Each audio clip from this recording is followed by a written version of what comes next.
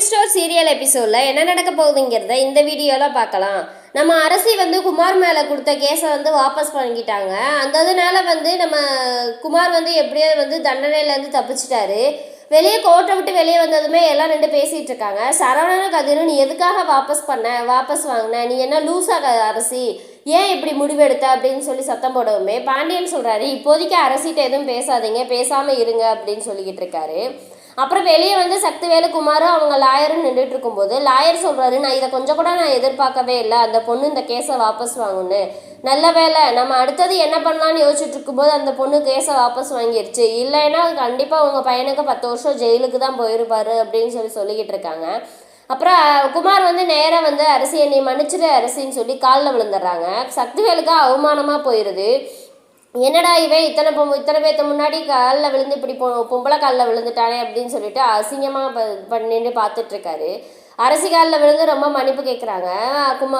குமார் சொல்கிறாரு அரசிக்கிட்ட, அரசி தயவு செஞ்சு என்னை மன்னிச்சிடு அரசி, நான் பண்ண தப்புக்கு மன்னிப்பு கூட உங்ககிட்ட கிடைக்காது, ஆனால் இருந்தாலும் பரவாயில்ல, நான் உங்ககிட்ட கேட்குறேன், தயவு செஞ்சு என்னை மன்னிச்சிடு அரசி, நான் இந்த தப்பெல்லாம் பண்ணியிருக்கக்கூடாதுண்ணா, இனிமேல் நான் வெளியவே வர முடியாதுன்னு நினச்சிட்டு இருந்த சூழ்நிலையில் நீ எனக்கு ஒரு வாழ்க்கையை கொடுத்துருக்க, எனக்கு கேஸை வாபஸ் வாங்கன்னு நான் கொஞ்சம் கூட எதிர்பார்க்கவே இல்லை அப்படின்னு சொல்லி பெருமையாக பேசிகிட்டு இருக்காங்க.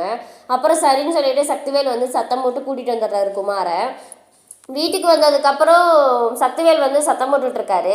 வடிவு மாறி எல்லாம் சந்தோஷமாக, அப்போ தான் எல்லாருமே ரொம்ப சந்தோஷமாக இருக்காங்க. பரவாயில்ல, என் பேரை வெளியே வந்துட்டான், அந்த குடும்பம் நல்லா இருக்கணும் அப்படின்னு சொல்லிக்கிட்டு இருக்காங்க. மாறி இருந்துக்கிட்டு இனிமேல் அரசி குடும்பம் நல்லா இருக்கணும், 100 வருஷம் நல்லா எந்த நோயும் நொடியும் இல்லாமல் அவங்க வாழணும் அப்படிங்க.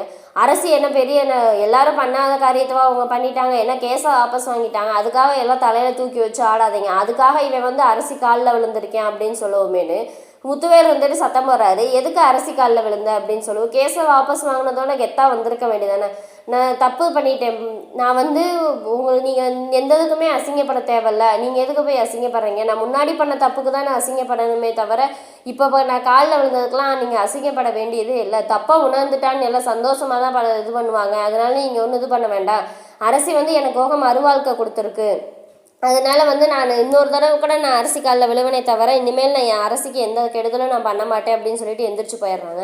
மானத்தை வாங்குறானே அப்படின்னு சொல்லி சக்திவேல் பண்ணி, எதுக்கு தம்பி உங்கள் மானத்தை வாங்குறாங்க, குமார் பண்ண தப்புக்கெல்லாம் துணை நின்றீங்க, இன்றைக்கி அவன் திருந்தி சரியாக பண்ணணும்னு நினைக்கிறப்ப நீங்கள் ஏன் அவனை தப்பு பண்ணிட்டான்னு சொல்லி இது பண்ணுறீங்க, சத்தம் போடுறீங்க அப்படின்னு. எல்லாருமே அவன் அந்த குடும்பத்து பக்கமே சாஞ்சிட்டாங்க, இவன் ஒருத்தன் தான் நம்ம பேச்சை கேட்டான், இப்போ அவனும் அந்த குடும்பத்து பக்கம் சப்போர்ட் பண்ணுறேன் அப்படின்னு சொல்லி சத்தம் போட்டுட்ருக்காங்க. இங்கே பாண்டியன் எல்லாம் பேசிக்கிட்டு இருக்காங்க. கோமதி பாண்டியன்கிட்ட கேட்குறாரு, ரொம்ப நன்றிங்க, எனக்காக யோசிச்சிங்களோ எங்கள் அம்மாவுக்காக யோசிச்சிங்களோ, ஆனால் கேஸை வாபஸ் வாங்கிட்டீங்க, எனக்கு ரொம்ப சந்தோஷம்.